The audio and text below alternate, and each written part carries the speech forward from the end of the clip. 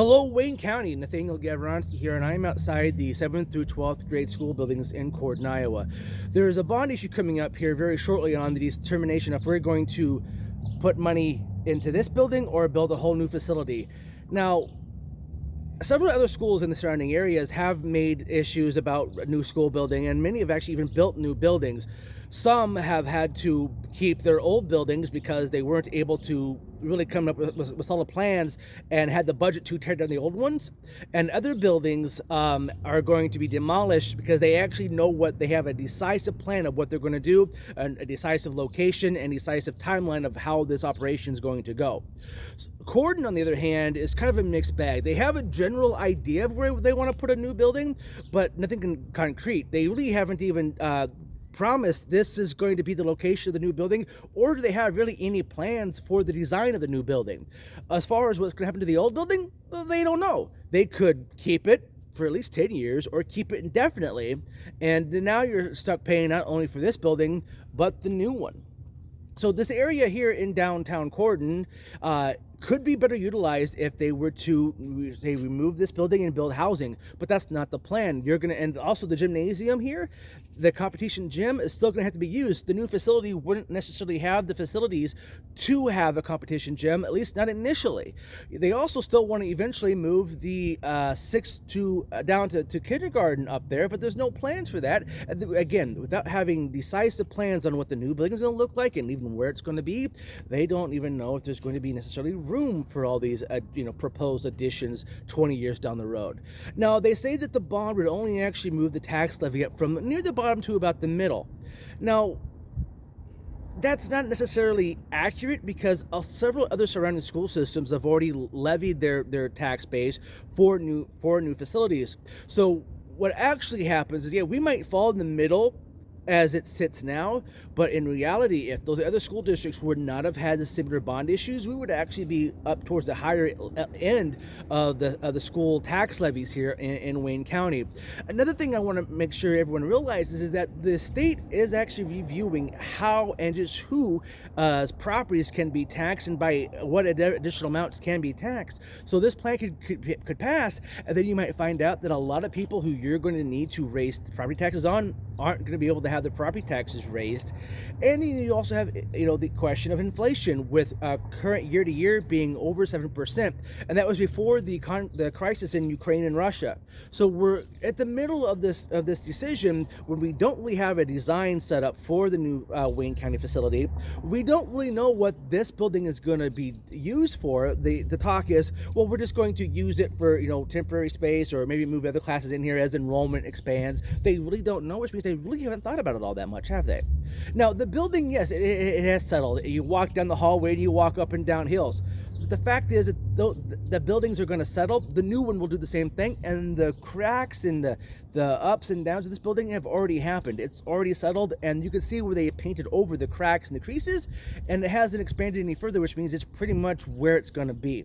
So the building as it sits really isn't going to be degrading further than what it already is, and plus they don't even really have any plans or budgeted in expenses to remove this building when it no longer becomes useful. Now, the addition for this building, they still are going to be keeping them even if they take the building directly behind me down. So you're still going to be having increased facility costs at this location, plus the new one, plus the existing elementary school, which they talk about how they eventually want to move that to the new spot as well. So when it comes down to it, how many school buildings does one community need to own? We have 3 different school administrations in Wayne County, and I think that's great. But when it comes to what exactly are we going to be doing with all these buildings, that's a whole nother story. I do support the idea of eventually creating and building a new facility.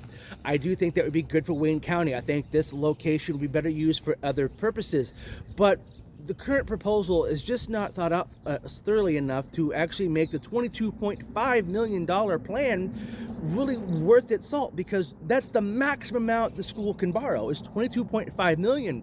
And so they are taking a dart and they are shooting it in the dark, hoping that it's going to be enough. Now, there's been a lot of questions just on, well, what about the, if the change orders or if the building location doesn't work out? Is it, well, we have contingencies for absolutely everything. Okay, explain to me how those contingencies work. Now, they have just stated that we have contingency plans. We believe that 22.5 million is an overshoot for the actual cost of the new facility. Okay, by how much? Just how much do you think that budget could go over? What happens if you go over 22.5 million? Well, we have contingency plans for that. We have ways of funding that. Okay, great. The thing is that they haven't thought this through far enough. They don't really know where the new building would be. They don't know the size of the new building, and they still are not going to have a place for a competition gym. You're still going to be using the old facility. You're still going to be driving kids back and forth several blocks, or even about a little over 2 miles from the new high school to the competition gym. You're not going to actually increase the parking deprivation in the area because you're not creating any new parking, which is a main reason why people support the new school project, is they'd have more parking. So you solve no solutions. You had no solution for the parking because you don't create new parking. You still have the old gym, which has the parking problems. You're going to keep paying for the old building plus the new building, so you don't actually solve the problem with the old building, and you spent $22.5 million and have gotten nowhere.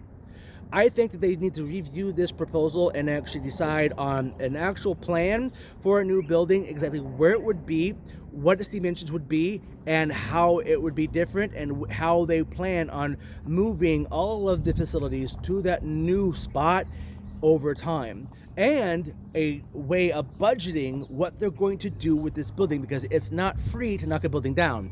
It costs money to knock an old building down. Old buildings have specific building materials in them that make them expensive to demolish, and none of that has been discussed in this proposal, and there's no amount of contingency plans to figure out just what it's going to cost to demolish a building when materials within the building make it more expensive to tear down. If you don't believe me, ask the city of Knoxville. There's actually a building there that they sold for $1 if the company who bought it would demolish the building, and they can't because of building materials from the time period the building was built. They can't just simply demolish it. It's to be over $10 million just to demolish that factory building in middle of Marion County.